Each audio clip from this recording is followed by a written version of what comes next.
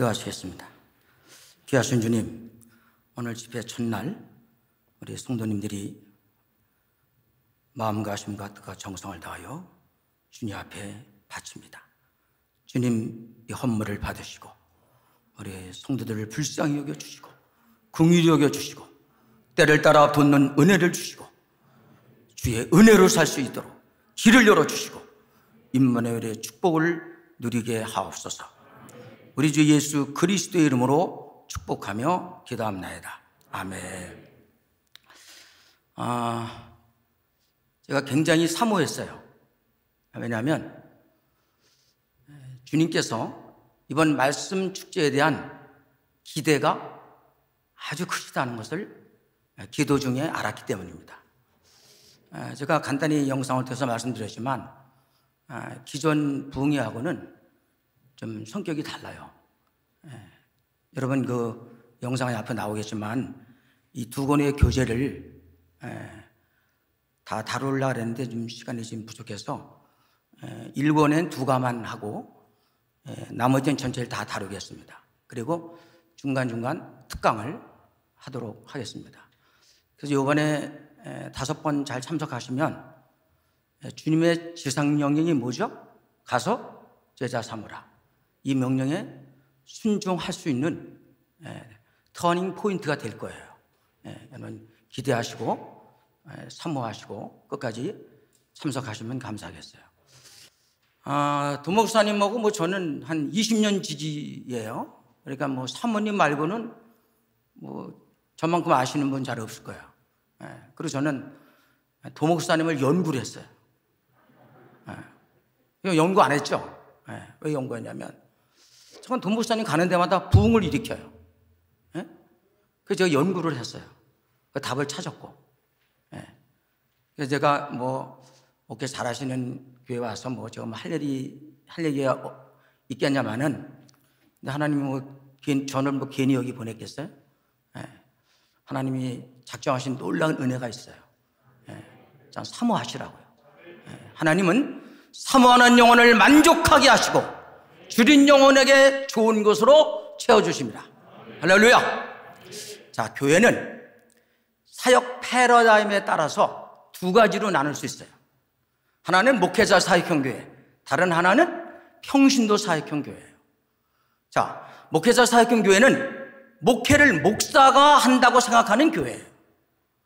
99.9%가 여기에 속합니다. 평신도 사역형 교회는 목회의 주체가 평신도라는 거예요. 그래서 사실 이 교회는 이렇게 패러다임에 따라서 사역 패러다임에 따라서 2개로 대분이 되는데 교회는 반드시 목회자 사역형 교회에서 평신도 사역형 교회로 패러다임 시프트가 일어나야 돼요. 제가 몇 가지 이유를 말씀드릴 거예요. 자, 첫째는 주님이 의도하신 교회가 평신도 사역형 교회이기 때문에 그래요. 여러분 교회의 주인이 주님이시죠. 그럼 주님이 교회를 만드실 때 이 교회의 목회 사역의 주체를 누구로 할 것인가? 주님이 그거 계획 없이 교회 만드셨겠어요?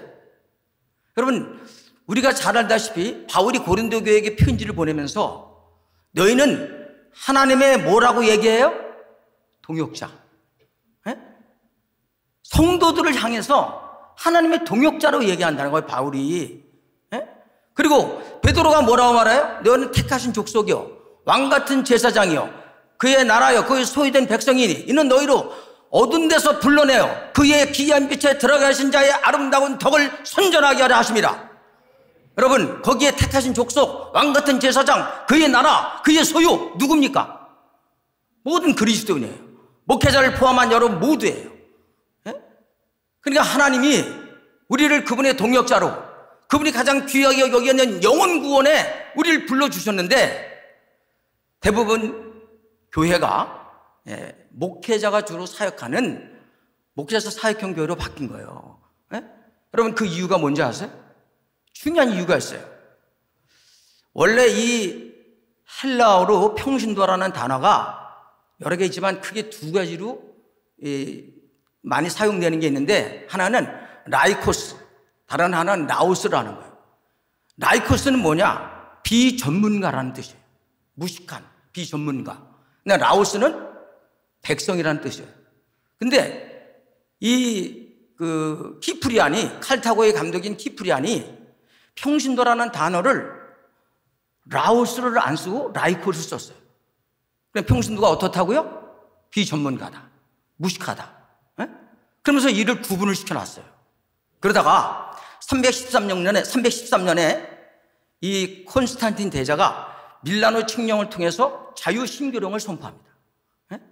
그러니까 그동안 기독교 250년 동안 박해 가운데 있던 크리스찬들이 이 카타콤이나 가정교회에 숨어있던 사람들이 이제 교회에 몰려들기 시작하잖아요. 그러다가 381년에 데오도시 황제가 기독교를 로마의 국교로 공인을 해버려요. 그러니까 기독교가 로마의 국교니까 사람들이 오히려 교회에 와야지만 경제적인 도움을 받고 사회적 신분을 얻을 수 있단 말이에요. 그러니까 전도 안 해도 사람들이 막 몰려들기 시작했어요. 여러분, 경제 원칙에 의해서 공급보다 수요가 많으면 물가가 오르겠죠? 그죠? 예? 여러분, 목사는 하나인데 수많은 사람들이 평신도 꽉 채워주면 그만큼 목사의 지위가 높아질 거 아니에요. 그러니까 목회자와 평신도는 점점 갭이 멀어진 거예요. 예? 그래서 온갖 영적 지도자의 만행이 계속되어진 게 중세 카톨릭 천년의 영적 암흑기인 거예요. 그게. 예? 근데 1517년에 마틴 루터가 종교개혁을 하죠. 근데 여러분, 마틴 루터가 종교개혁 할 때 내건 캐치프레이즈가 뭔지 아세요? 두 가지예요. 첫째, 이신득이. 오직 의인은 믿음으로 산다는 거예요. 예. 그동안 어떻게 구원을 받는다고 가르쳤어요? 믿음 플러스 선한 행실이에요. 왜요? 면죄부 팔아서 성전 지으려고. 예? 그래서 사람들을 돈을 많이 바치게 하려고 거기다 구원론에 선행을 포함시킨 거예요. 예? 근데 마틴 루터가 그게 아닌 거예요. 예? 오직 구원은 믿음으로 받는다. 또 하나는 뭐죠? 만인 제사장. 그동안 가톨릭은 죄를 해결받으려면 누구를 통해서 하나님께 나갔어요? 신부를 통해서. 근데 아니라는 거예요. 너희들이 다 제사장이다. 직접 하나님께 나갈 수 있다. 예? 그래서 이 두 가지 가지고 종교개혁을 일으킨 거예요. 여러분, 이거는 어마어마한 사건입니다. 예? 근데 마틴 루터가 실수를 했어요. 말씀 사역은 평신도는 무식하기 때문에 안 되고 목사만 된다는 거예요. 그래서 종교개혁이 되지만 평신도가 사역의 주체가 되지 못하고 목사가 주로 사역하는 평신도 사역형 교회가 된 거예요. 여러분, 주님이 의도하신 교회가 어떤 교회라고요? 평신도 사역형 교회. 그러니까 여러분이 복음을 전하고 가르쳐 제자 삼고, 여러분이 여기서 예배만 드리는 게 아니라 나가서 세상에 나가서 삶의 본을 보이고 선교적 삶을 살아서 많은 사람들이 여러분을 보고 예수 그리스도께 돌아오는 이런 삶을 사는 게 목회인 거예요, 여러분. 그러니까 여러분들이 이 비밀을 알고, 지금까지 내가 이렇게 예배 중심, 그리고 또 이제 이 교회는 한국 최고의 행축 시스템을 가지고 있잖아요. 그래서 이런 전도 집회에 이렇게 참여하신 거 너무나 잘했죠. 근데 여러분들이 이번에 훈련을 통해서 각 개인적으로 누구를 만나든지 복음을 전하고 그 사람에게 가르치고 제자 삼고, 그럼 그 사람이 어디 가겠다 그래요? 한성교회 오겠다 그러겠죠. 또 그 사람들이 와서 또 목사님 말씀을 통해서 은혜 받고, 또 이 사람들이 계속 이 안에서 계속 훈련받고, 또 그들이 세상에 나가서 변화된 삶을 통해서 복음을 전하고 그들이 주께로 돌아오면 이 한성교회가 얼마나 건강하고 놀랍게 폭발적으로 부흥성장하겠어요. 그래서 여러분들이 주님이 의도하신 교회는 평신도 사역형 교회다. 내가 이번에 5-5번 잘 참석해서 누구를 만나든지 내가 복음을 전하고 가르쳐서 제자 삼아서 그 사람을 우리 한성교회로 다시 데리고 와서 함께 또 그들이 또 성장해서 또 그가 또 다른 사람을 가서 복음을 전하고 가르쳐 제자 삼도록 해야 되겠다. 이런 마음을 가지시기를 주의 이름으로 축복합니다. 자, 두 번째, 가서 제자 삼으라는 명령에 순종하기 위해서예요. 자, 오늘 본문에 읽은 말씀이 뭐죠? 그럼 너희는 가서 모든 민족으로 제자 삼아 아버지와 아들과 성령의 은혜로 세례를 주고 내가 너에게 분반 모든 것을 가르쳐 지키게 하라. 볼지어다 내가 세상 끝날까지 너희와 항상 함께 있으리라 하시니라. 여러분, 여기에는 많은 동사가 있어요. 뭐가 동사예요? 가라, 또 제자 삼으라, 또 가르치라, 또 세례 주라, 또 지키게 하라. 우리 이 한글 성경에 동사가 많이 나오죠. 근데 이게 헬라 원전에 보면 본동사가 하나밖에 없어요. 그게 뭘 것 같아요? 그냥 얘기해요. 틀려도 다 용서해 드릴 테니까. 뭘 것 같아요? 가라. 그렇게 얘기하는 사람이 있어요. 또 제자 삼으라는 거예요. 마데투 사테. 자, 주님의 마지막 명령이 뭐라고요? 제자 삼으라. 어디서? 가서. 그러니까 여러분들이 여기서 훈련받고 여러분이 예수 그리스도를 만나는데 삶이 안 바뀌면 안 되잖아요. 에? 그러니까 여러분들이 그리스도를 만남으로 변화된 삶을 갖고 세상에서 가정, 직장, 사회 모든 데서 변화된 삶을, 선교적 삶을 살고, 거기서 복음을 전해서 거기서 제자 삼으라는 거예요. 그러니까 여러분, 주님의 마지막 명령이 이 유언이에요. 이게 유언. 그럼 여러분 중에 이 지금 유언 지키고 있는 분 있으세요? 아니, 다른 건 못해도 주님의 마지막 유언은 하셔야 될 거 아니에요. 자, 제가 제약회사 하는 유한양행 학원엔 파고다 외국 학원 다 우리나라 최고죠. 또 공기업인 한국전력. 내가 이거 직원들 훈련시킬 때 내가 한 얘기가 뭔지 아세요? 당신들 여기 왜 보냈느냐? 왜 이렇게 돈 많이 준 좋은 직장에 보냈느냐? 여기가 선교지다. 나는 여기 들어와도 못 들어온다. 그 당신들 여기서 8시간 이상 일하고 있는데 여기서 그리스도를 보여주고 여기서 복음을 전하고 영접시키고 이렇게 간단한 걸로 훈련시켜서 그 사람 믿음이 잘하면 다 그 사람이 어디 가겠느냐? 당신이 전도한 사람이 당신한테 오지 어디 가느냐? 그렇게 했어요. 그랬더니 진짜 한국전력 직원들은 그렇게 해요. 지금도 와서 계속 지금도 훈련받는 제자들이 있어요. 여러분, 가서 제자 삼으라고 명령하셨기 때문에 성도들 한 사람 한 사람이 여러분이 있는 학교, 직장, 사업터에서 복음을 전해야 되는 거예요. 그래야지 여러분 이 교회가 세계 복음화가 되는 거지. 주님의 마지막 명령에 여러분이 가만히 있는데 세계 복음화가 되겠어요? 그러니까 모든 사람이 그렇게 주님의 마지막 명령에 순종해야 되기 때문에 이 교회는 그냥 열심히 있는 사역자들 몇 사람만 전도하고 가르치는 교회가 아니고 모든 성도들이 그렇게 하도록 하라는 거예요. 그래서 제가 이렇게 할 수 있도록 만든 거예요. 한번 보세요. 제가 5번 강의하면 나도 할 수 있어. I can do it. 그렇게 얘기할 거예요. 보시라고요. 자, 제가 이 강릉에서 세미나를 하는데 강원도에서 제일 큰 교회 목사님이 오셨어요. 그게 속초 중앙교회. 지금은 이제 강릉교회가 더 큰데 그 당시만 해도 그분 교회가 한 15년 전만 해도 한 2, 3천 명 모이니까. 근데 그분이 이 강의를 듣다가 충격을 받았어요. 자기는 목회 잘한다라고. 또 한국의 통합적교단 우리하고 제일 쌍벽을 이루잖아요. 그 총회장 제의를 받고. 근데 목회 잘한다고 소문났는데 자기가 가만히 보니까 자기가 전도를 해서 제자 삼은 애가 하나도 없는 거야. 성도가. 그래서 충격을 받은 거예요.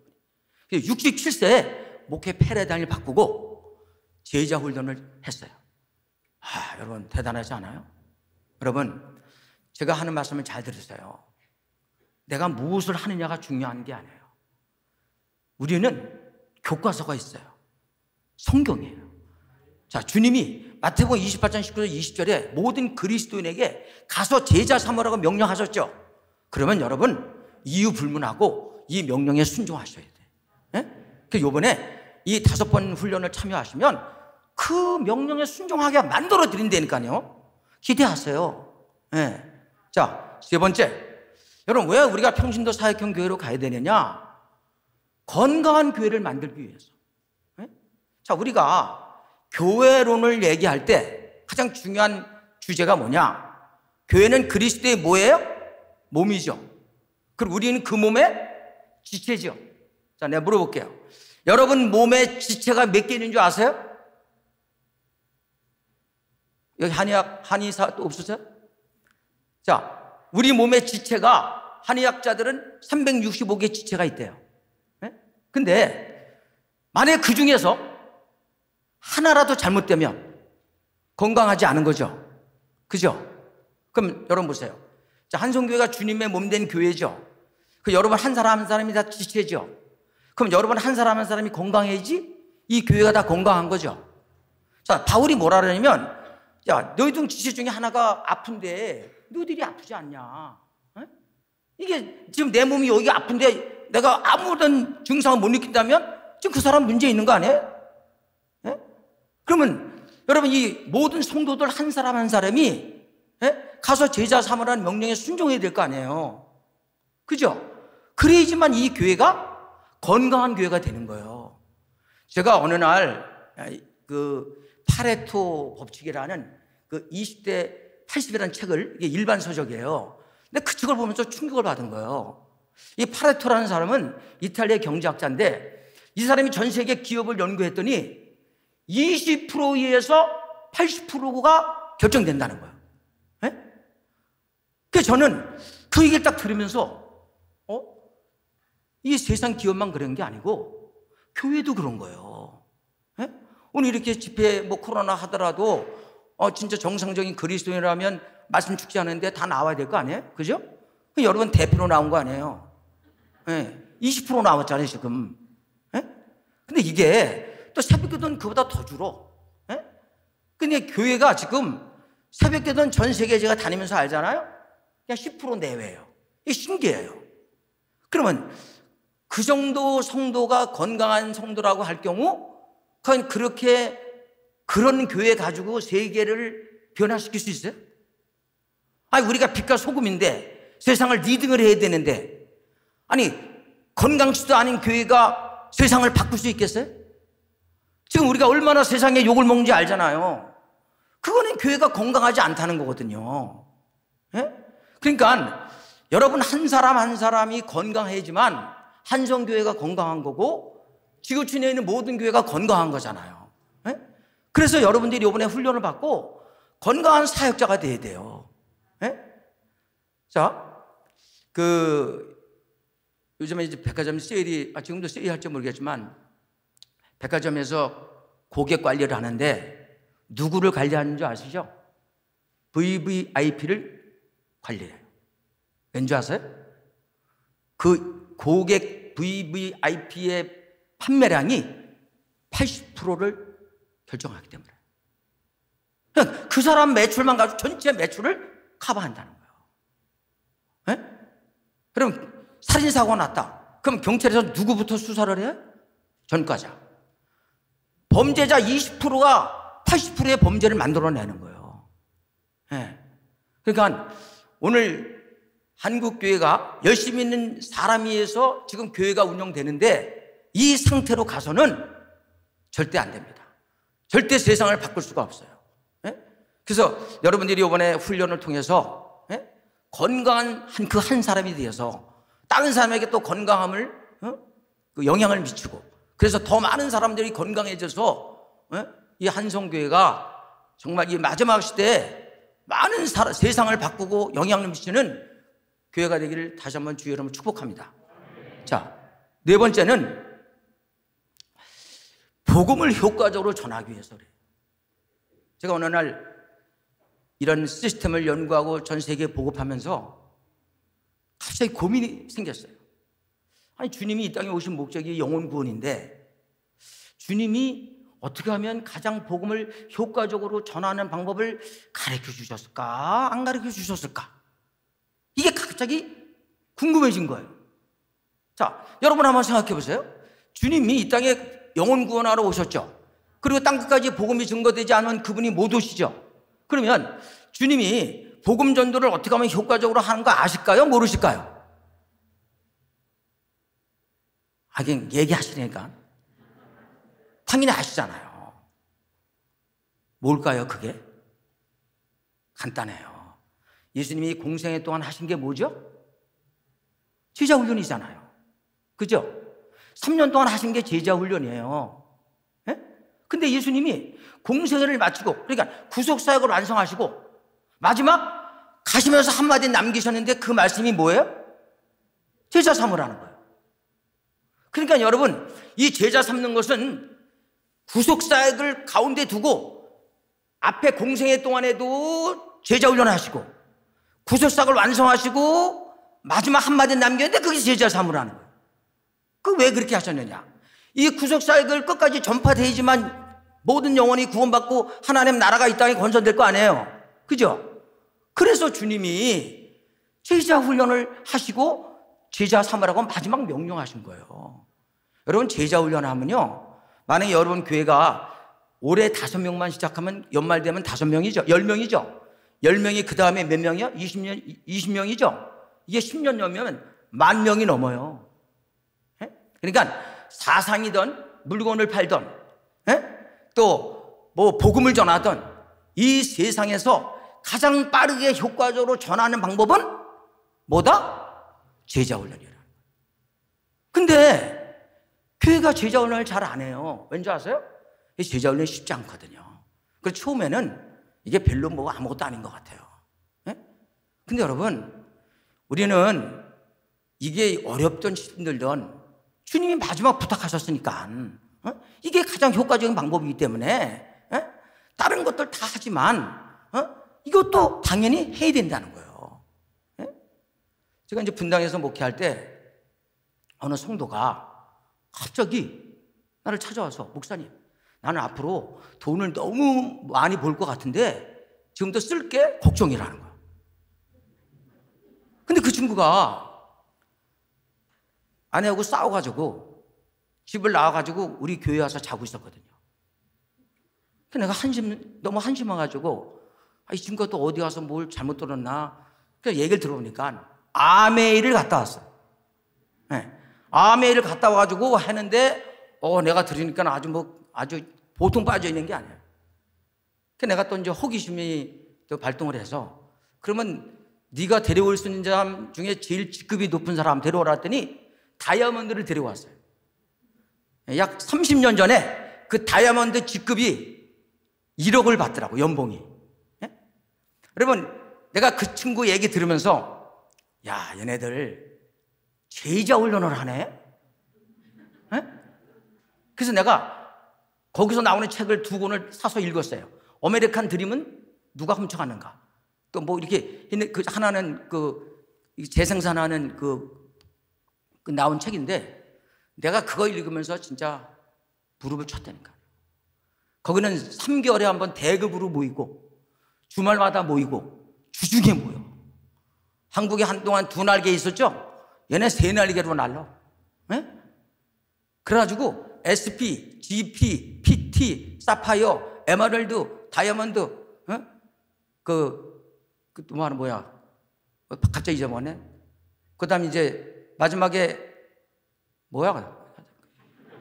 전문가가 이게 원숭이가 뭐 나무에 떨어진다더니 그 직급을 쭉 있는데, 거기서 그 맨 윗단계 밑에 직급만 돼도 연봉이 200억이야. 우리나라 시장 규모에서 아메이가 차지하는 게 1조 원이에요. 근데 왜 그 직급에서 그렇게 돈을 많이 받느냐? 그 밑에 하부 구조로 계속 다단계잖아요, 이게요. 그러니까 엄청난 부를 창출한다는 거예요.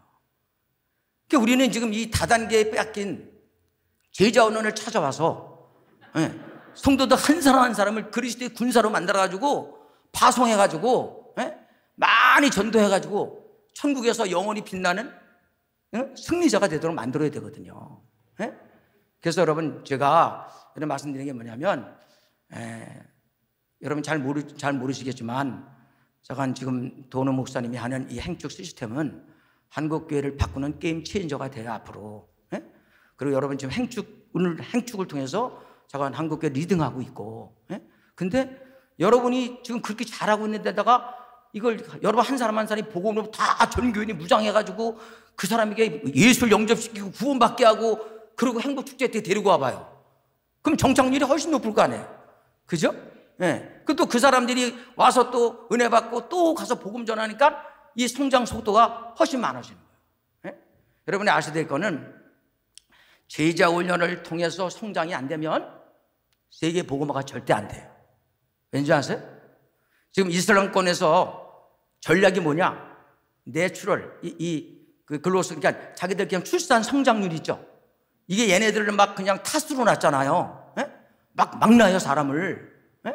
근데 여러분, 그 사람들이 이렇게 많이 막 나면은 그냥 가만히 있어도 이게 그냥 세월이 너무 빨리 지나니까 그냥 전 세계를 그냥 다 강타하고 있잖아요, 지금. 예? 제가 뭐 유럽이고 다 다니잖아요. 예?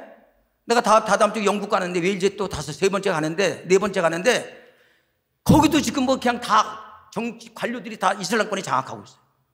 예? 그러니까 이 자연 증가를 이기는 방법은 제자훈련밖에 없다니까요. 예? 그래서 여러분들이 계속해서 영혼을 구원해서 계속 리프로덕션이 안 일어나면 세계 복음 안 돼요. 그래서 주님이 가장 효과적인 전도 방법을 주셨는데 그게 제자훈련이라는 거예요. 근데 여러분은 5일만 들어도 여러분이 그 일을 할 수 있다니까요. 아니, 5번만 들어도.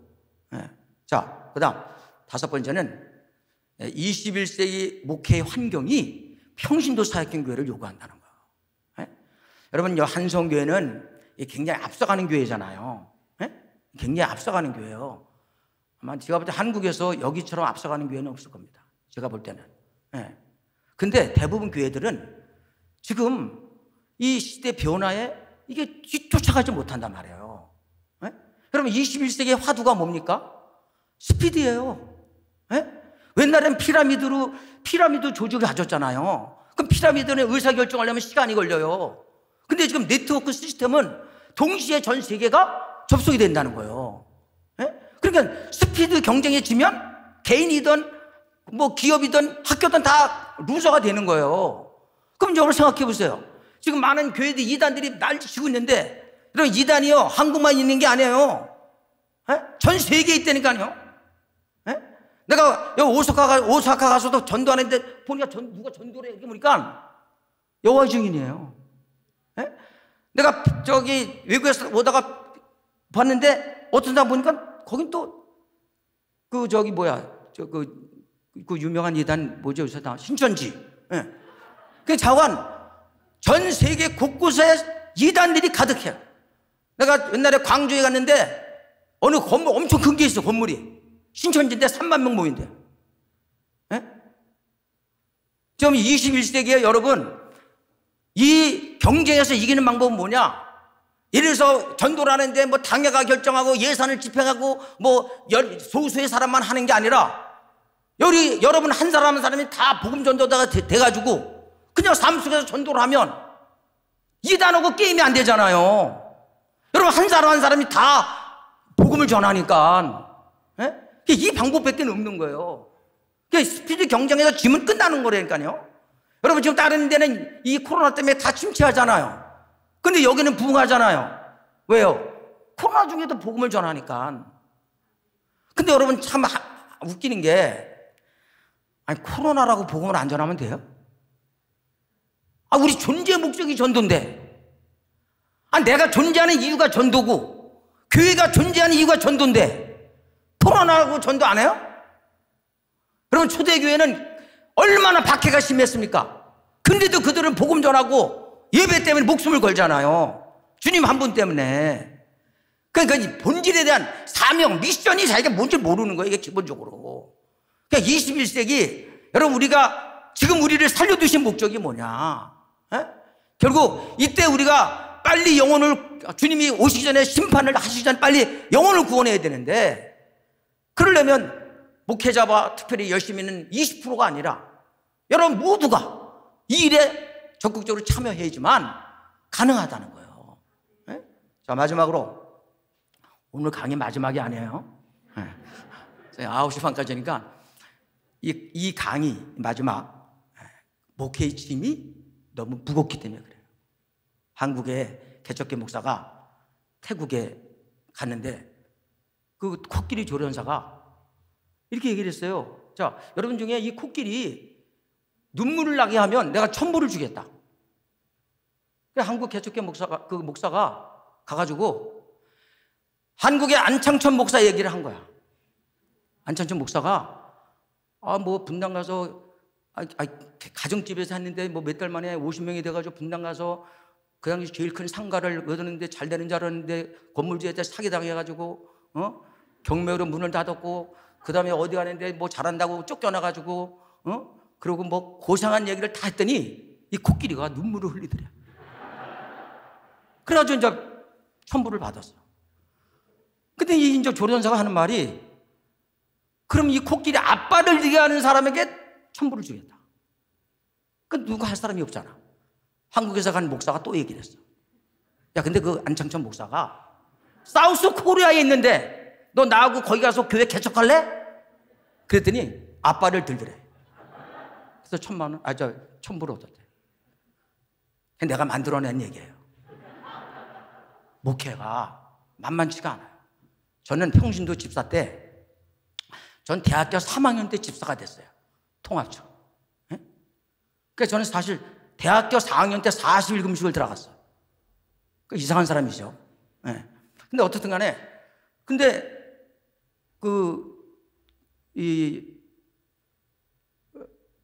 목사님, 교회 목사님들 보면 진짜 할 일 없는 사람인 줄 알았어요.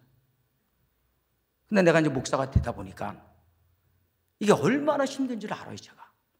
개척교회는 개척교회대로 힘든 거고, 큰 교회는 큰 교회대로 힘들어요. 그래서 하나님이 이 목회가 주님의 일이잖아요. 그래서 큰 교회든 작은 교회든 성도를 붙여준 거거든요.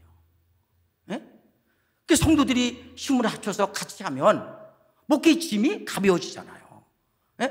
함께하면 기쁨도 배가 되고 목회의 짐도 절반으로 줄어들잖아요. 그럼 여러분 목회의 짐이 가벼워지면 어떤 일이 일어나는지 아세요?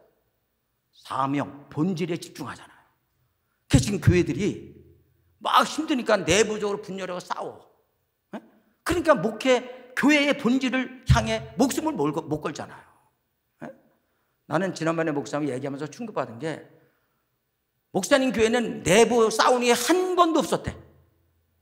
이야, 이게 가능한 겁니까? 말이 안 되잖아요.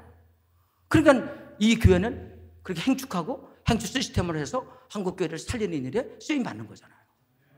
이게 사실 이게 내부적으로 무거워지면 본질을 향해서 못하는 거예요. 그래서 이 목회의 짐이 무겁다는 거 여러분 아시고 여러분이 함께 거들어서 같이 복음을 전하고 가르쳐 제자 삼는 이 일에 뛰어들어야 된다는 거예요. 자, 제가 몇 가지 말씀드렸어요? 6가지죠. 근데 다 잊어먹어도 좋아요. 한 가지만 기억하세요. 주님의 마지막 명령이 가서 제자 삼으라는 거다. 그 명령은 누구한테 했다고요? 여러분 모든 그리스도에게. 그래서 여러분들이 이제 가슴에 이 주님의 명령을 새기세요. 그리고 지금 회개하셔야 돼. 주님의 마지막 명령에 내가 순종하지 않았습니다. 내가 많은 사람들을 교회에 초청을 했지만 내가 누군가에게 복음을 전해서 마귀의 자녀를 하나님의 자녀로 만든 적이 없습니다. 근데 내가 이번에 이 훈련을 통해서 앞으로 영혼을 구원하고 그에게 말씀을 가르쳐서 나같이 할 수 있는 사람을 또 만들겠습니다. 하나님 나를 도와달라고 그렇게 기도하셔야 돼요. 자, 1분만 그 자리에서 일어나셔서 함께 기도하겠어요. 자, 일어나세요. 1분만 기도하겠어요. 하나님, 제가 대가를 지불하고 이번에 5번 잘 듣고 반드시 가서 제자 삼으라는 명령에 순종하겠습니다. 나를 도와주시옵소서. 자, 주여 2번 부르고 간절히 기도합니다. 주여! 주여! 할렐루야! 오, 성령 하나님 역사하시옵소서. 한성교회를 축복하시고 오늘 이 벽두부터 우리 사랑하는 성도들에게 가서 제자 삼으라고 말씀하게 하심을 감사합니다. 하나님, 이제 저들이 가서 제자 삼게 하여 주옵소서. 복음을 전하고 가르쳐 제자 삼게 하여 주옵소서. 하나님, 저들이 이 사명에 이 명령에 순종함으로 놀라운 역사가 일어나도록 하나님 은혜를 베풀어 주옵소서. 이를 방해하는 어둠의 영들아 묶임받고 떠나갈지어다. 이를 방해하는 어둠의 영들아 묶임받고 떠나갈지어다. 성령님 역사하시옵소서. 한성교회 제자훈련 바람이 불게 하여 주옵소서. 하나님, 저들 모두가 복음에 미친 자가 되게 하여 주옵소서. 가서 제자 삼으라는 명령에 순종하게 하여 주옵소서. 그래서 이 한성교회가 놀랍게 폭발적으로 더 부흥성장하게 하옵소서. 오 주님, 도우소서. 인도하옵소서. 예수의 이름으로 축복하며 기도합나이다. 아멘. 자, 앉으세요. 제가 아까 하나를 뭐 빼먹었는데, 하나님께 저에게 주신 능력이 있어요. 권세가. 그래서 마지막 시간에는 여러분 명령기도 할 겁니다. 지금 다 사모하세요. 아프신 분, 또 약간 정신적으로 악한 영에게 시달리거나 또 문제가 있으신 분, 좀 기도하시라고요. 마지막 날 명령기도 할 때 어떤 역사가 일어나는지는 각 개인이 알게 될 거예요. 사모하세요. 네. 자, 그러면 이제 온가족 튼튼 양육 한번 보시겠어요? 자, 오늘 제가 여기 입구에 선물 하나 드렸죠, 이거? 네. 이거는 그냥 다 판매용인데 도 목사님의 이름으로 그냥 제가 선물로 다 드리는 거예요. 자, 누가 준다고요? 네, 제가 드리지만 도 목사님이 주신다고. 네. 자, 이게 밑에 보면 1,000원이에요, 이게. 네. 그게 꽤 많잖아요, 지금. 네, 그러니까 내가 요거 좀 일과 오늘 하고 마치겠어요. 자, 일과 제목이 뭐예요? 지금 구원받아야 된다. 자, 내가 물어볼게요. 그럼 성경에서 말하는 구원은 어디로부터 구원이죠? 그렇죠. 할렐루야. 확실히 한성교회는 스마트해요. 딴 데서 물어보면 꼭 딴 얘기를 해요. 자, 진짜예요. 거짓말이 아니고 죄로부터 구원이에요. 그러면 여러분이 죄로부터 구원을 받으려고 한다면 제일 먼저 무엇을 깨달아야 돼요? 죄인임을 깨달아야 되는 거예요. 네. 왜요? 죄인임을 깨달아야지 죄로부터 건진받을 생각을 할 거 아니에요. 네? 그래서 제가 이 일과를 만들 때 프레임을 1, 2, 3으로 했는데 첫 번째는 상대방을 죄인으로 설득시키는 거예요. 네? 그 다음 두 번째는 설득시켰으면 이 죄 문제를 해결해주는 복음을 설명해야 되겠죠. 그죠? 그래서 그게 2번이에요. 그 다음 3번은 그럼 이 복음에는 어떻게 할래? 반응을 요구하는 거예요. 다시. 자, 일과는 몇 부분으로 되어 있다고요? 3부분으로. 근데 1번은 뭐라고요? 죄를 설득시킨다. 2번은 복음을 설명한다. 세 번째는 반응이다. 자, 제가 이 얘기를 왜 하냐면, 자, 다른 모든 집회는 강사가 이렇게 해서 은혜 받고 끝나잖아요. 근데 저는 그게 아니고 제가 이렇게 5번을 계속 얘기한단 말이에요. 그러면 여러분이 이걸 가지고 누군가를 가르치게 된다니까요. 그럼 여러분 누군가를 가르치려면 이거를 사용법을 알아야 될 거 아니에요. 그죠? 그리고 다른 모든 열쇠가는 읽어놓고 다 똑같아. 형식이. 그러니까 이거 하나만 하면 다 할 수 있어요. 누구나 할 수 있어요. 제가 아까 중요한 건 빼먹었는데, 그래서 제가 이제 이 누구든지 제가 멘트 보낸 거 보면 학력, 은사, 나이 상관없이 할 수 있다 그랬죠? 예? 이걸 내가 그냥 얘기하는 게 아니에요. 제가 쓴 책 중에 노인들도 펄펄 뛰는 교회 이야기가 있어. 뭐가 뛰어요? 생선이 아니고 노인이 펄펄 뛴대. 그 노인이 몇 살이냐? 65세, 77세. 예? 이게 73세, 71세, 72세. 이 할머니들이에요. 둘은 하나는 초등학교를 안 들어갔고 하나는 초등학교 나오고 하나는 대학교 중퇴. 근데 그분들을 훈련시켰더니 그분들이 전도하고 가르치고 신방도 하고 나 없으면 설교도 했다는 게 노인들도 펄펄 뛰는 교회 이야기예요. 네? 그러니까 여기 계신 분 나이가 많든 그건 아무 상관하지 마세요. 학력 아무 상관이 없어요. 여러분 예수님 당시보다 우리가 훨씬 학력이 높아요. 네? 그러니까 여러분은 지금부터 생각을 완전히 바꾸셔야 돼요. 그래서 여러분 누구든지 다 복음을 전하고 가르치게 만들어요, 제가. 네?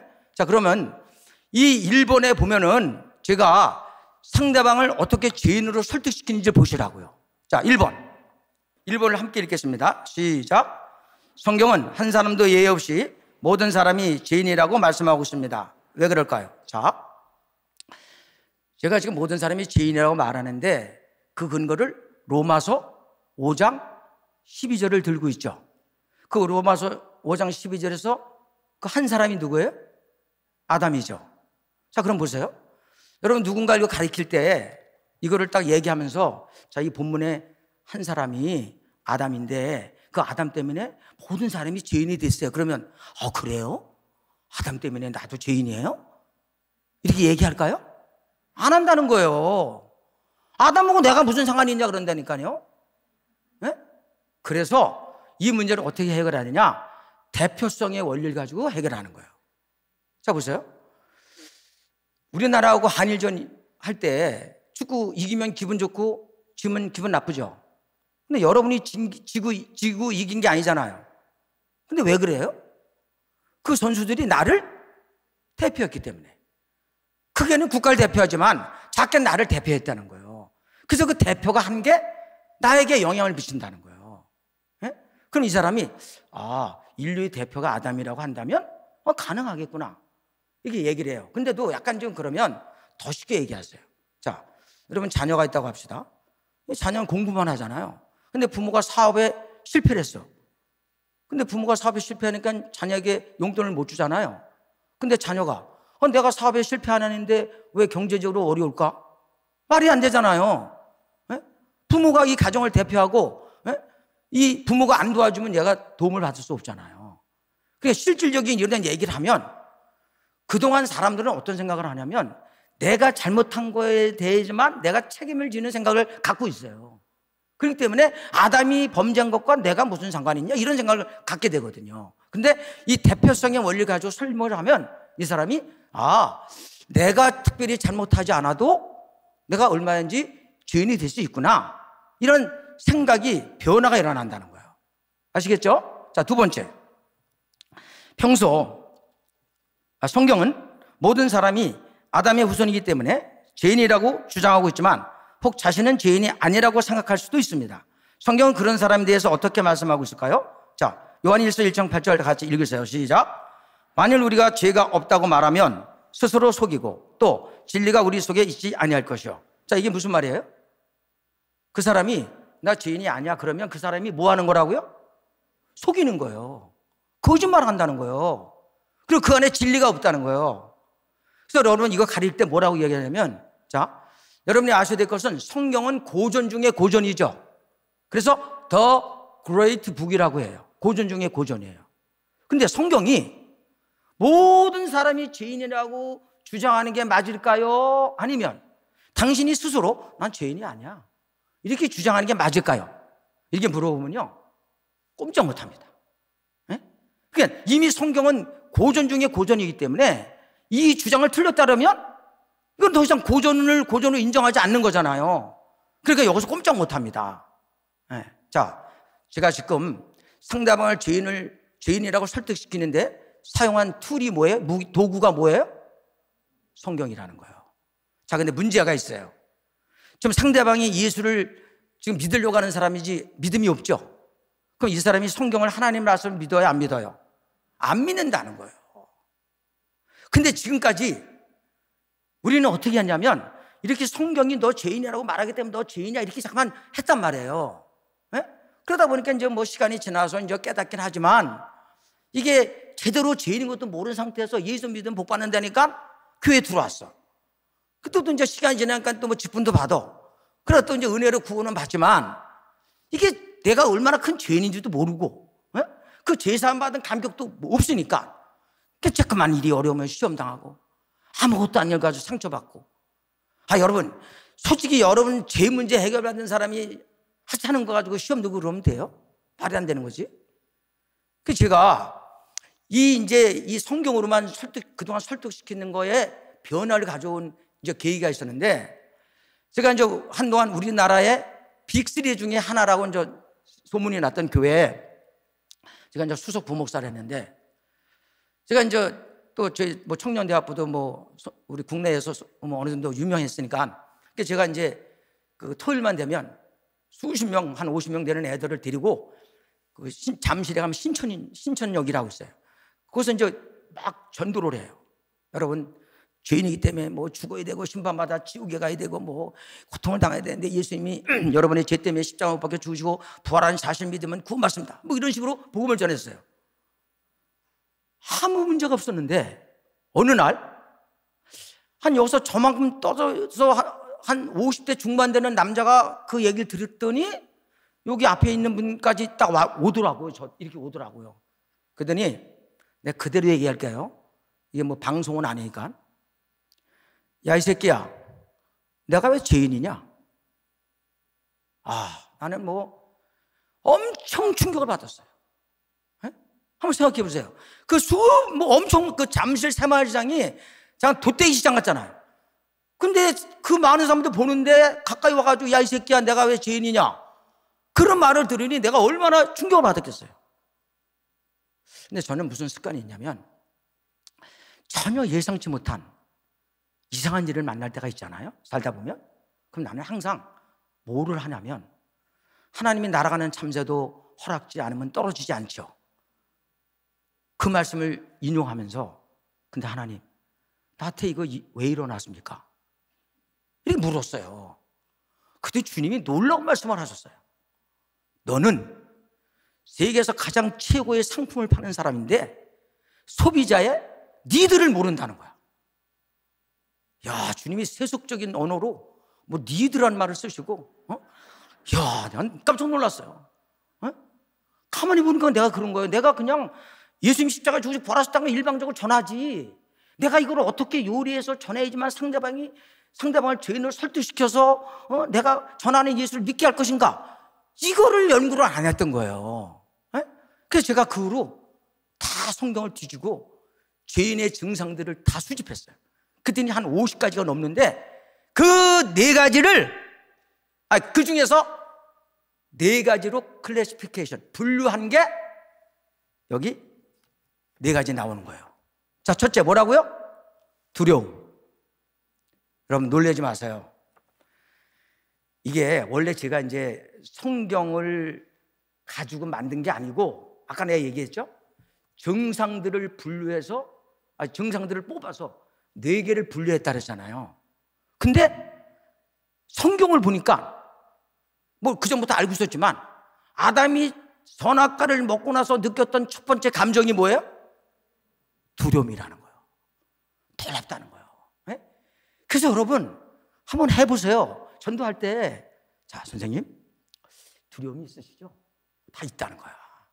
그 두려움이 죄의 결과예요. 네? 그렇게 하면 이 사람이 벌써 아까 성경으로 설득을 시켰는데 이거는 논리잖아요. 머리에 있잖아요. 근데 지금 두려움은 지금 내 현실이잖아요. 내가 지금 피부에 와닿잖아요. 내가 지금 실존, 내가 지금 현재 상황이 있잖아요. 그래서 아까 그 말한 머리에 있던 이 말이 가슴으로 온다는 거예요. 그래, 나 죄인이야. 나 죄인이야. 그다음 두 번째 뭐라 그래요? 두 번째. 여기 보면 죄 가운데 살고 있다 그랬죠? 근데 3분 복음 혹시 거들떠 보기라도 하신 분? 심각하네. 아니, 그거를 그렇게 얘기했는데 거들떠 보도 안 했다는 게 이게 말이 돼요? 한강 가야 되겠네, 내가. 네? 충격이네. 자, 보세요. 내가 얘기했잖아요. 여러분 3분 복음이 안 되면 제가 그 목적하는 게 이루어질 수가 없어요. 네. 이 3분 복음이 굉장히 비밀이 있어요. 내가 강의하겠지만 보시니까 나중에 왜 전 목사가 저 3분 복음을 저렇게 강조할까? 네. 자, 보세요. 3분 복음엔 두 번째가 뭐로 되어 있냐면 미음으로 되어 있어요. 네? 왜 미음으로 바꾼지 아세요? 자, 제가 이 일가를 가지고 가면은 어떤 사람이 나오냐면 두려움에는 아무 얘기 안 해요. 근데 이 두 번째 죄 가운데 살고 있다고 얘기를 하죠. 그러면 이렇게 얘기해요. 나 죄 안 짓고 있는데요? 이런 인간이 있어요. 네? 간이 분 사람이죠. 네? 자기가 몰라서 그런 거거든요. 자기는 그냥 뭐 간음이나 도둑질이나 폭행이나 뭐 이런 걸 안 하니까 자기는 죄 안 짓다고 생각하는데, 그럼 이제 제가 성경에서 말하는 죄의 개념을 얘기하잖아요. 그럼 이 사람이 그래요? 미워하는 것도 죄군요. 시기하는 것도 죄군요. 이렇게 자기가 인정을 할 거 아니에요. 그죠? 근데 이제 이건 교제니까 내가 설득을 시키면 되는데 3분 복음은 내가 그냥 일방적으로 2, 3분 안에 막 얘기하는 거잖아요. 근데 내가 이렇게 얘기를 하는데 나 죄 가운데 안 살고 있는데?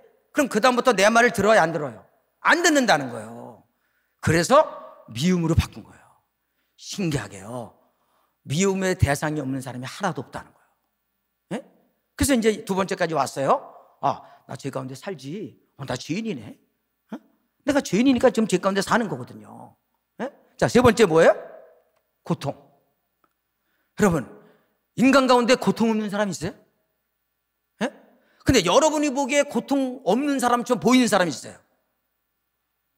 저도 이 진리를 깨닫기 전에는 목사였지만 나 그렇게 생각했어요. 왜냐면 제가 잠실에 교회에 있었거든요. 아까 말씀드린 교회에. 근데 지금까지 만난 분 중에 그분처럼 부자는 만난 적이 없어요.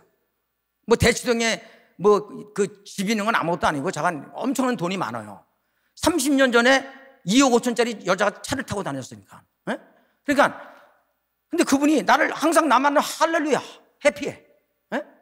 그래서 난 속으로 그랬어요. 야, 저 사람은 진짜 아무런 문제가 없는 사람이구나. 고통이 없는 사람이구나. 근데 어느 날 전화가 왔어요. 목사님, 좀 드릴 말씀이 있다고. 그 얘기를 들어보니까 목사님, 솔직히 저는 재혼을 했는데 저는 자녀가 없이 했고 우리 남편은 자녀가 아들 하나하고 딸 둘인데 남편하고는 그냥 살만하대요. 근데 이 애들하고는 내가 도저히 맞출 수가 없다는 거예요. 목사님, 나 어떻게 해야 되냐고. 난 그때 진짜 그냥 엄청 충격을 받았어요. 네. 내가 생각하는 게 깨지니까. 그러면서 내가 정리한 게 뭐냐면 모든 인간은 고통이 있구나. 종류만 다르지. 다 있다는 거예요. 네? 아내가 속도 안 썩이면 남편이 썩이고, 네? 또 이 자식이 안 썩이면 저 자식이 썩이고, 네? 육체의 질병이 없으면 마음의 상처가 있고. 고통이 없는 사람이 아무도 없어요. 그러니까 이 문제를 딱 접근하니까 나 두렵네. 나 누구 미워하고 시기하네. 나 고통 있네. 나 죄인이네. 벌써 아까 성경으로 두 번 했죠. 그 다음 내 피부에 닿는 거 3개 했죠. 또 하나 뭐예요? 죽는다는 거예요. 여러분, 내가 물어볼게요. 반드시 틀릴 거예요. 왜냐면 물어보면 틀리니까. 여러분, 왜 죽어요? 그렇게 이렇게 한성교는 스마트하기 때문에 이게 맞히는데, 다른 데는 뭐라 그러면 늙고 병들어서 죽는다 그래요. 내가 예수 믿기 전에 그렇게 답을 얻었거든요. 네? 늙고 병들어서 죽는다는 거예요. 네? 근데 여러분, 이거 뻥입니다. 늙고 병들어 죽는 게 아닙니다. 뭐 때문에 죽는다고요? 죄 때문에 죽는 거예요. 그럼 이 사람이 지금 죽잖아요. 그럼 뭐 때문에 죽는다고요? 죄 때문에. 하나님이 이때를 위해서 그 사건을 허락하는지 모르겠지만, 고등학교 때요. 제가 친구들하고 전국에 한탄강 놀러 갔거든요. 근데 얘가 이름도 안 잊어먹어요. 김연배인데 얘가 제일 먼저 물 위에 들어가더라고요. 이거 죽었어, 그냥. 빠져 죽었어요. 나는 그날 우리가 어서 엉엉 울고 막 충격받았어요. 근데 내가 옛날부터 개똥철학을 했어요. 사람은 왜 죽는가? 늙고 병들어 죽는다. 근데 얘는 안 늙었거든요. 고등학생이 뭘 늙어요? 그게 건장하거든요. 이게 깨진 거예요. 근데 그 답을 못 찾다가 내가 주님을 만나고 답을 얻었어요. 여러분, 왜 죽는다고요? 죄 때문에 죽어요. 그러면 지금 내가 아담의 후손이다. 또 성경에 너 죄인이 아니라면 거짓말하는 자다. 그리고 두려움이 있죠. 누군가 미워하죠. 고통이 있죠. 죽죠. 이렇게 지금 6번에 걸쳐서 설득을 시켰어요. 그럼 이 사람이 지금 이제 머리로 시작해서 가슴에까지 이제 죄인임을 설득을 당했죠. 그래, 여기서 끝내면 안 돼요. 이거보다 더 중요한 게 남았어요. 그게 1-4예요. 보세요, 한번. 자, 1-4번. 시작. 죄인은 두려움과 죄와 각종 고통 가운데 살다가 반드시 한 번은 죽습니다. 그런데 단지 죽는 것으로 끝이 아닙니다. 죽은 후에는 심판을 받아 지옥에 던져져야 합니다. 당신은 지옥을 어떤 곳이라고 생각하고 있습니까? 자, 여기 지금 제가 마가복음 9장 7절 49 적어놨죠? 요거를 읽으시는데 제가 중간에 스탑, 그럼 스탑 하셔야 돼요. 자, 다 같이 함께 읽겠어요. 시작. 만일 네 눈이 너를 범죄하거든 빼버리라. 한눈으로 하나님의 나라에 들어가는 것이 두 눈을 가지고 지옥에 던져진 것보다 나으니라. 거기에 잠깐, 거기에서는 지금 읽었죠? 요거 할 때 앞으로 누군가를 가르칠 때 반드시 스탑 그랬어요. 그래서 물어보세요. 선생님 혹시 거기가 어딘지 아세요? 이렇게 물어보세요. 자, 거기가 어딜까요? 진짜 놀랍네요. 진짜 놀라요. 다른 데 가면 이걸 몰라요. 왜 모를까요? 생각 없이 읽으니까. 그냥 생각만 하고 읽으면 알잖아, 이게 지옥인지. 그럼 이렇게 이야기하셔야 돼. 첫 번째 맞히던, 그럼 또 다시 한번 읽으라 그래요. 그럼 이 사람이 100% 맞아요, 다. 그러니까 해보시면 아는데, 제가 이제 통계를 내보면 한 20, 30%는 첫 번에 못 맞힌 사람이 있어요. 근데 두 번 하면은 100% 하나도 틀림없이 다 맞춰요. 그러니까 첫 번째 맞히던 두 번째 맞히던 뭐라고 얘기하느냐, 이렇게 얘기하셔야 돼. 잘 들으세요? 내가 많은 사람 가르쳐 봤는데 이거 맞춘 거 선생님이 처음이라고. 아니 어떻게 이렇게 스마트하시냐고. 네? 그럼 뇌를 연구하셔야 돼요. 이 뇌는요, 내가 이렇게 얘기를 하죠, 이게 진짜인지 가짜인지 구분을 못해. 내가 칭찬하면 얘가 진짜인 줄 알아. 그러니까 얘 뇌가 얘 마음을 열게 해. 문을 확 엽니다. 그때 어떻게 하느냐, 거기에다가 지옥을 넣어요. 읽으세요. 시작. 지옥에서는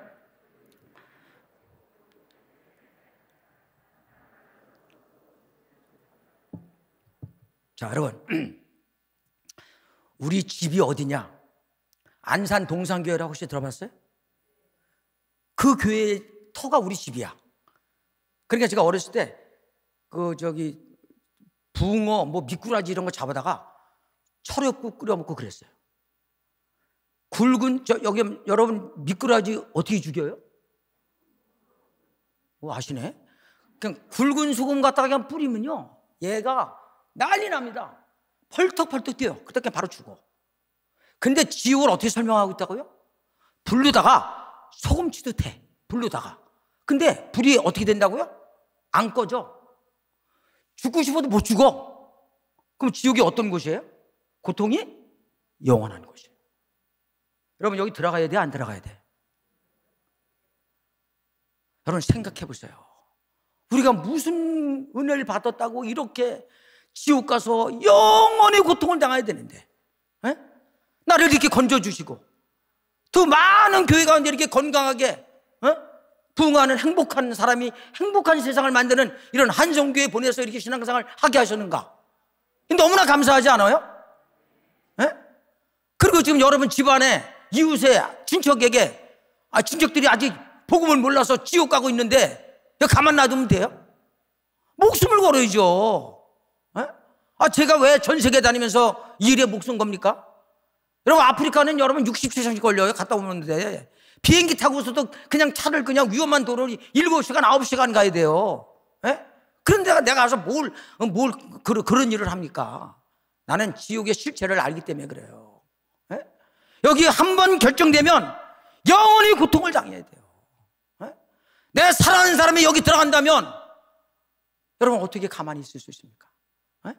그러니까 우리는 주님이 내 생명을 거둬가시기 전까지는 이 사명을 하는데 목숨을 던져야 되는 거예요. 그래서 여기서 이 얘기를 하면요, 저도 난 이거 할 때 흥분하는 게 딱 이게 얘기를 하면요, 갑자기 무릎을 꿇어요. 막 울어. 목사님 나 그럼 어떻게 하면 되냐? 대박이죠.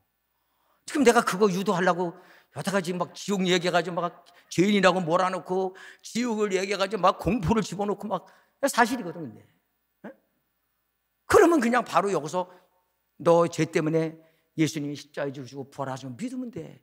그냥 그 순간 그냥 거듭나가지고요 기뻐가지고 난리치는 거예요.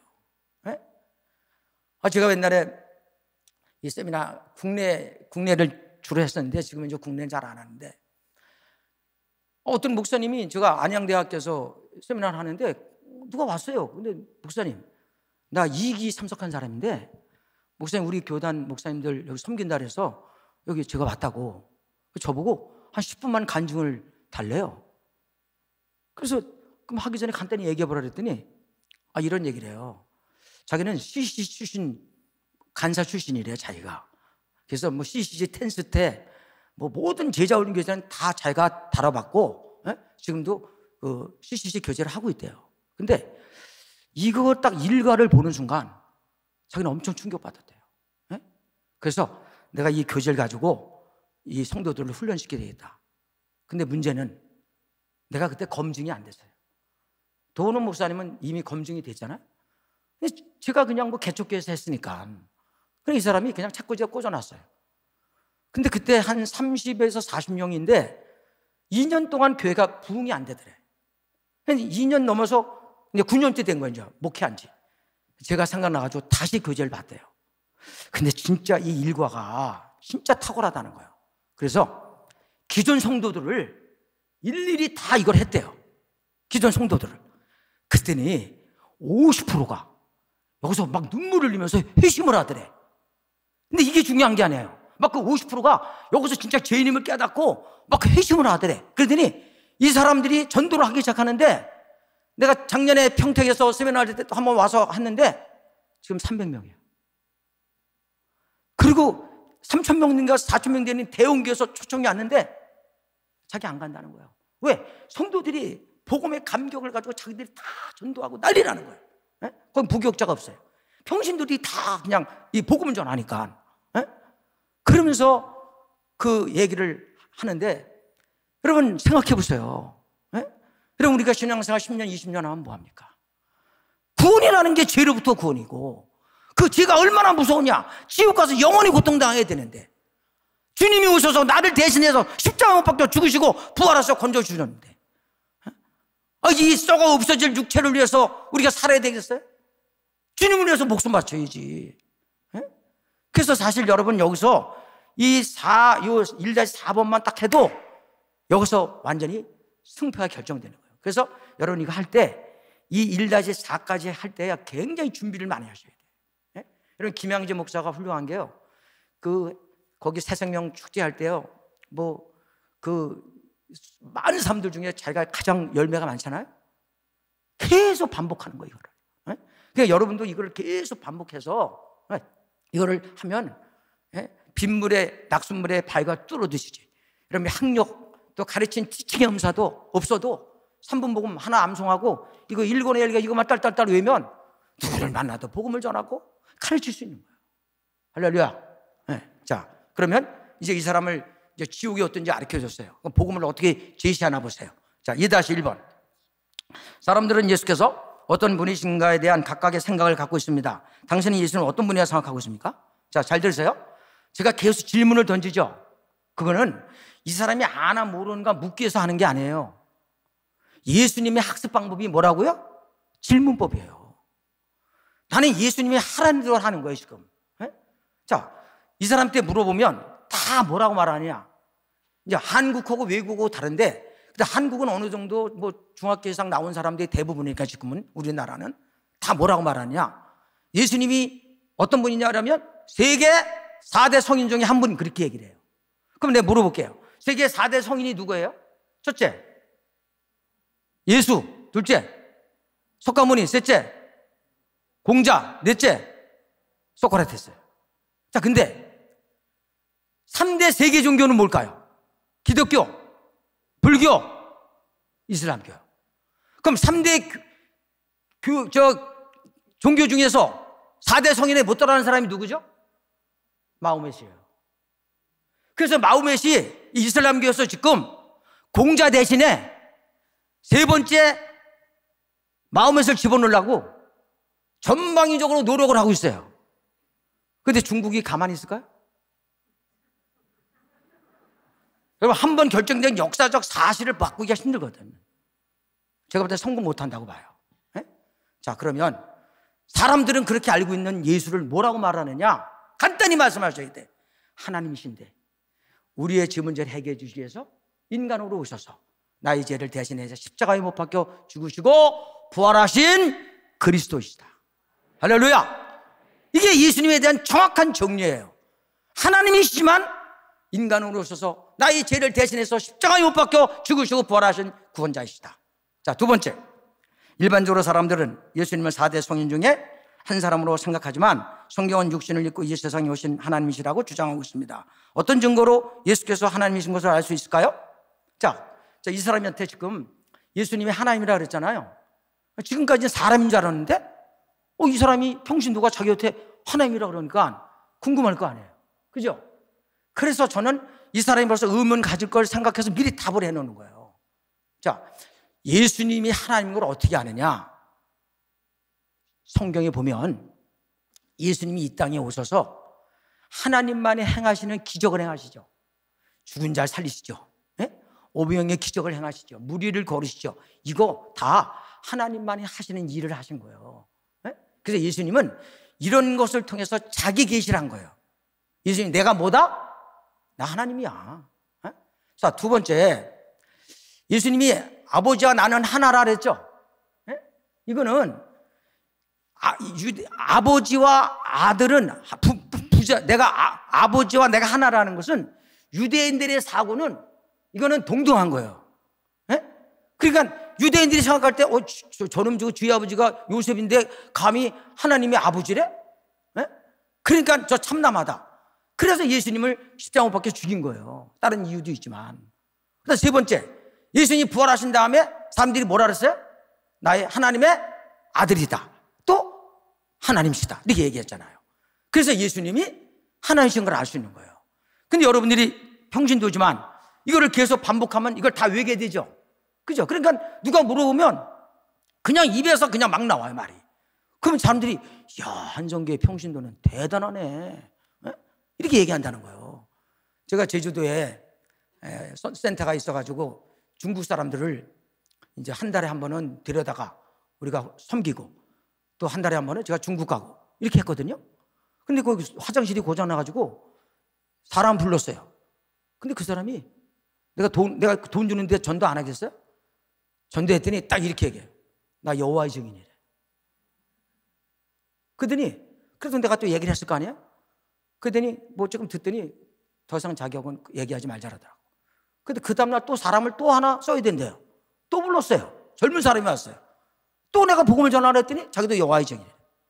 놀라운 거는 제주도가 여호와의 증인의 본산지대네요. 3만 명이 있대요, 거기. 근데 이 여호와의 증인이요, 얼마나 훈련을 시켰는지 헬라어까지 합니다. 그러니까 일반 성도들은 게임이 안 됩니다. 근데 여러분이 이거 똑같아요. 이거 그냥 계속 반복하면 이게 다 여러분 머리에 들어가지고 그냥 입만 열면 그냥 말이 막 나가. 그러니까 3분 복음이 그렇게 되게 만든 거예요. 이걸 그냥 말을 잠깐 반복을 하면 입에서 그냥 말이 나와요, 그냥. 그래서 여러분들이 이거 내가 하는 말이 무슨 말인지 알고 이거 잘 보관하시고 잠깐 반복하시면 누군지 알 수 있는 거예요. 자, 2-3번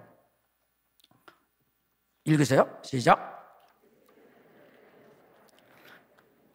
우리와 똑같은 사람입니다. 그런데 이 세상 사람들과는 전혀 다르게 오셨습니다. 즉 남녀의 성적인 관계를 통하여 오시지 않고 동정녀 마리아를 통하여 오셨습니다. 왜 예수께서 그렇게 탄생하셨을까요?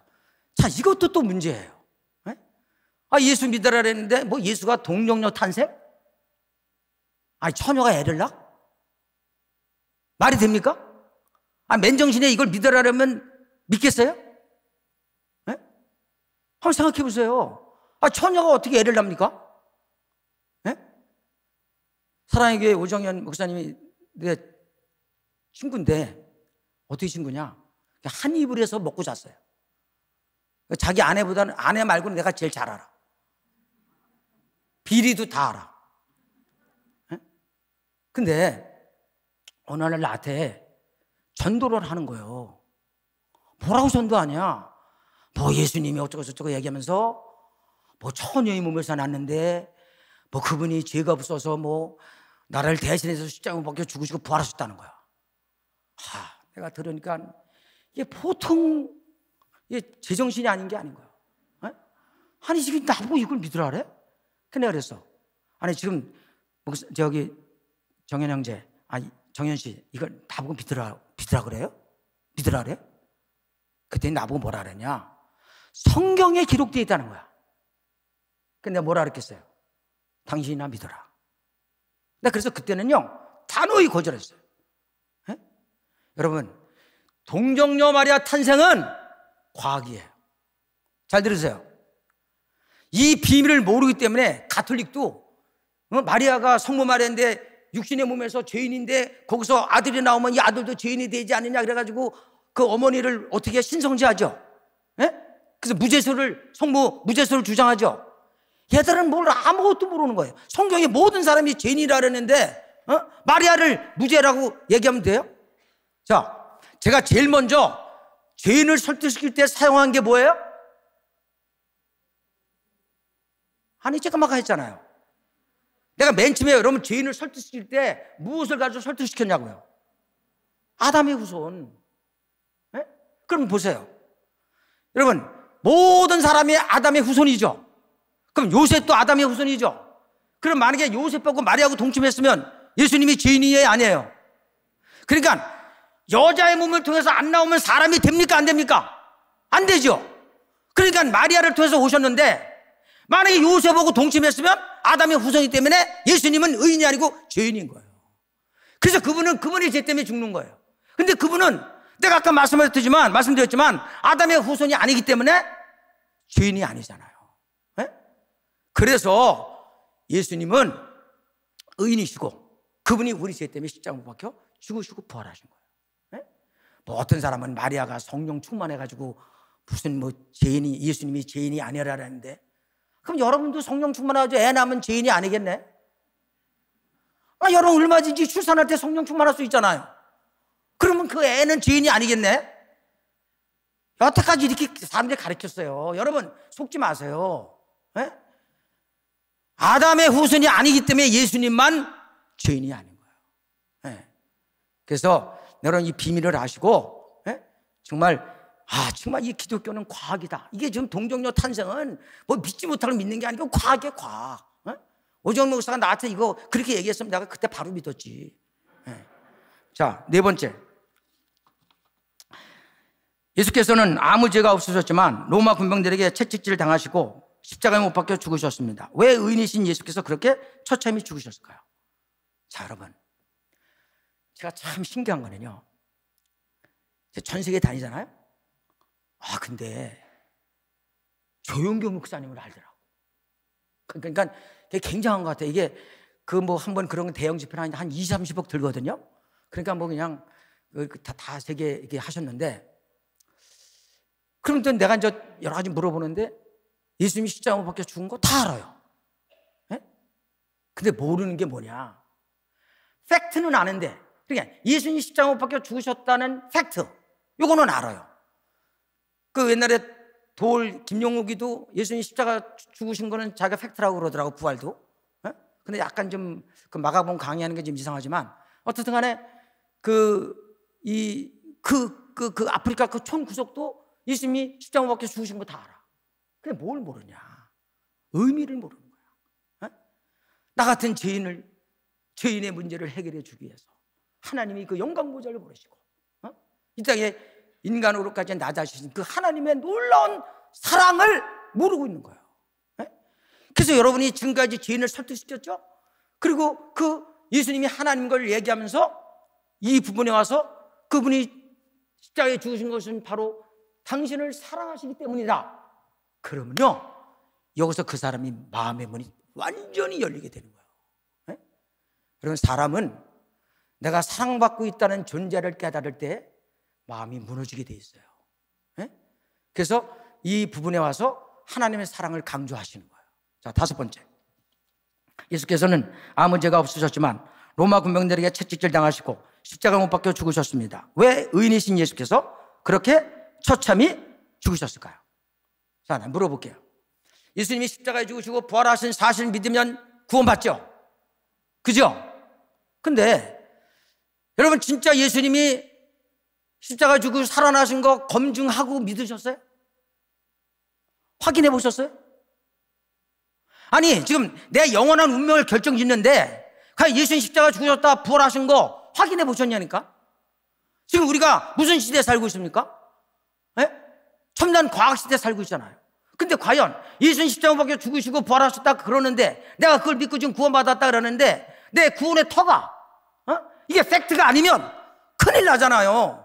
그럼 이 팩트 체크가 있어야 될 거 아니에요. 그 예수님이 진짜 살아나셨는지 어떻게 팩트 체크 하시래요? 내가 해드릴게요. 놀라지 마세요. 네? 제가 오정현 목사가 미국의 탈버트 있을 때 나한테 편지가 왔어요. 유학 오라고. 왜냐면 제가 그때는 지금은 영어를 하나도 못하지만 22,000 보케블러리라는 책을 다 외웠으니까 사전을 다 그냥 사전 없이 영자 신문을 읽었으니까. 근데 이제 저는 한마디도 못 갔어요. 네? 그래서 제가 갔는데 아시아연합 신학대학원이라는 영어 과정에 한국에 있는 학교를 갔어요. 근데 거기서 내가 만난 분이 누구냐? 한국에 나온 세계적인 신학학자인 김세훈 박사예요. 근데 그분이 요한복음을 강의하는데 갑자기 부활 얘기를 하면서 이렇게 얘기를 하더라고요. 부활이란 예수께서 하신 모든 말과 행위가 옳았다는 것을 증명한 것이다. 야, 나는 이 한마디에 완전히 그분한테 매료됐어요. 야, 진짜 당신 석학이다. 지금까지 나는 부활의 의미를 죽은 자가 살아나는 것으로 이해했는데 예수가 하신 모든 말과 행위가 옳았다는 것을 증명했다 이거예요. 그 내가 그 말을 가지고 복음을 변증하게 해서 내가 이제 이야기를 만든 거예요. 잘 들으세요. 예수님이 십자가에 못 박혀 죽으시기 전에 이렇게 말씀하셨어요. 나는 너희들의 죄를 사하기 위해서 십자가에 못 박혀 죽는다. 근데 난 3일 만에 살아나. 만일 예수님이 그렇게 말씀하셨는데 안 살아났다, 그럼 예수님은 누구 죄 때문에 돌아가신 거예요? 자기 죄 때문에. 근데 예수님이 살아나셨다면 누구 죄 때문에 돌아가신 거예요? 저와 여러분의 죄 때문에. 근데 살아나셨어요? 안 살아나셨어요? 그러면 예수님이 십자가 못 박혀 죽으신 것은 무엇을 통해서 증명할 수 있다? 우리의 죄 때문에 죽은 것을 뭐를 통해서 증명할 수 있다? 부활이라는 거예요. 그래서 바울이 고린도전서 15장에서 만일 예수의 다시 사심이 없다면 너희 죄는 그대로 있을 것이요 너희 믿음은 헛것이다. 그래서 여러분, 복음이 뭐냐? 예수님이 십자가에 못 박혀 죽으시고 부활하신 거예요. 이 터 위에 여러분의 신앙이 세워져야 되는 거예요. 여러분, 정말 예수님 여러분의 죄 때문에 십자가에 못 박혀 죽으시고 부활하는 사실을 믿으십니까? 정말 믿어요? 그렇다면 여러분 삶이 바뀌어야 돼요. 이대로 살면 안 돼요. 저는 이 예수를 만나기 전에 내 목표가 있었어요. 내가 사법고시에서 몇 살까지 검사하다가 몇 살까지 변호사 돈 벌고 40세 은평구 국회의원 나와서 정치하다가 대통령 되는 게 내 꿈이었어요. 근데 내가 예수를 만난 다음에 내 인생의 방향이 달라졌어. 그 내 친구 중에 박근혜 탄핵한 허위범 특검, 또 박충근 특검, 다 있잖아요. 전 장관들 2명이나 있고. 나는 예수를 만난 다음에 내가 가장 가치 있는 일이 뭔 줄 알았어요. 그렇다고 내가 여러분 보고 신학교 가라는 건 아니에요. 여러분이 만난 예수를 전해야 된다는 거예요. 자, 그래서 이제 여러분에게 반응을 물어보겠어요. 자, 3-1번. 진심으로 회개해야 돼요. 여러분, 우리는 지금 회개와 자백을 혼용하고 있어요. 여러분, 회개는 한 번만 하는 겁니다. 근데 이 회개는 3가지 요소를 포함하고 있어요. 첫째, 죄인임을 깨달으셔야 돼요. 그 다음, 내가 감정적으로 슬퍼하셔야 돼요. 그 다음, 의지로 결단을 해요. 그러니까 내가 진짜 회개하면 돌이키는 거예요. 그래, 지금 내가 짓는 죄 잠깐만 짓는 건 회개가 안 된 거예요. 그리고 여러분 진짜 회개했으면 그 다음에 짓는 거는 confess 하는 거예요. 자백하는 거예요. 자, 그래서 여러분 지금 회개의 강을 건넜는지를 확인하셔야 돼요. 진짜 여러분 회개하셨습니까? 여러분 지금 이 구원론에 대해서 굉장히 논쟁이 심해요. 예? 구원론에 대해서. 그 주제권적 뭐 구원론, 뭐 칭의적, 유보적 칭의론, 뭐 많은 구원론이 있는데 나는 그 사람들 보면 참 한심해요. 여러분, 지금 전통적인 구원론, 믿음으로 구원받는다는 구원론 틀린 게 아니에요. 근데 사람들이 믿음으로 구원받았다라는데 삶이 변화가 없으니까 자꾸만 뭐 구원받기 전에 구원을 받는데 행위가 필요하다 자꾸만 쓸데없는 얘기하는데 그게 아니에요. 여러분, 구원을 받으려면 반드시 회개의 강을 건너야 되는데 진짜 회개의 강을 안 건너니까 그냥 복음을 믿기만 하면 구원받는다 그러니까 그냥 회개를 안 한 상태에서 구원받았다고 착각하기 때문에 그러는 거예요. 근데 여러분 다시 묻는 거예요. 여러분, 정말 내가 얼마나 철저히 죄인인 걸 깨달았냐는 거예요. 에? 그 여기를 건너느냐는 거 이거. 에? 나는 이번 집회에 정말 진짜 회개하고 주님을 새롭게 만나는 분들이 있길 축복합니다. 에? 자, 두 번째, 복음을 믿으셔야 돼. 복음이 뭐라 그랬어요? 예수님이 나의 죄를 대신해서 십자가 못 박혀 죽으시고 부활하신 사실, 팩트, 이걸 믿으셔야 된다는 거예요. 그럼 다른 거 가지고 여러분 구원받는 게 아니에요. 잠깐 어떤 사람은 신앙의 경력 자랑하고 자기 뭐 착한 일 한 거, 굳이 한 거 자랑하는데 그게 아니라 내가 아무리 뭐를 해도 내 의로는 하나님 앞에 설 수가 없잖아요. 그래서 주님이 나를 대신해서 죽으셨기 때문에 내가 구원받는 건데, 그러니까 복음을 믿어야지 딴 거 믿으면 안 되잖아요. 그러니까 여러분이 반드시 복음을 믿으셔야 돼. 세 번째가 뭐냐? 읽었어요. 예수님을 자신의 주로 신해야 돼요. 자, 근데 이걸 조심하셔야 되는 게, 자, 지금까지 우리는 예수를 그냥 예수님 십자가 죽으시고 부활하신 믿으면 구원받는다고 다 알고 있잖아요. 그죠? 근데 예수를 주로 또 신해야 된다 그러니까 여러분 이제 오해하시기 쉬운데 이거는 동일한 사건이에요. 그래서 사도행전 2장 30절에 보면 너희가 십자가에 못 박아 죽인 이 예수를 뭐와 뭐가 되게 하셨다? 주와 그리스도가 되게 하셨다. 그리스도와 주가 되게 하셨다. 그러니까 예수님이 우리를 구원하시는 순간 그분은 나의 누구시다? 주신 거예요. 그러면 예수님이 여러분이 주인이면 이런 마음대로 하면 돼요? 안 돼요? 안 되잖아요. 여러분 기분대로 하면 안 되잖아요. 주님께 다 물어야 되잖아요. 예? 그래서 여러분 오늘 우리가 이 구원의 문제를 고민하셔야 돼. 예? 그리고 진짜 나는 바른 말씀 위에 내 구원이 서 있는가? 이게 기초인데 이게 안 되면 그 다음에 무슨 의미가 있겠어요? 그래서 저는 이거 모든 훈련시키는 데마다 가서 하는 얘기가 이 일과에서 진짜 거듭나지 않는 사람은 그 다음 가로 가면 안 된다. 아니 내가 죄 문제 해결 못 받은 사람에게 무슨 성경 읽어라, 뭐 기도를 해라, 헌금을 내라, 주일 성수해라, 그게 무슨 의미가 있어요? 구원 자체를 못 받은 사람에게. 그래서 여러분의 신앙의 터가 정말 내가 얼마나 큰 죄인인지를 깨닫고 그 결과가 무엇인지를 깨닫고, 근데 하나님이 너무 나를 사랑하셔서 이 땅에 인간으로 오셔서 대신 나를 위해 죽으시고 부활하셔서 나를 건져주셨는데 내가 이 그분을 위해서 남은 생을 어떻게 살 것인가, 그것을 고민하고 그 때문에 기도하고 주님의 도움을 청하고, 그게 여러분 신앙생활인 거예요.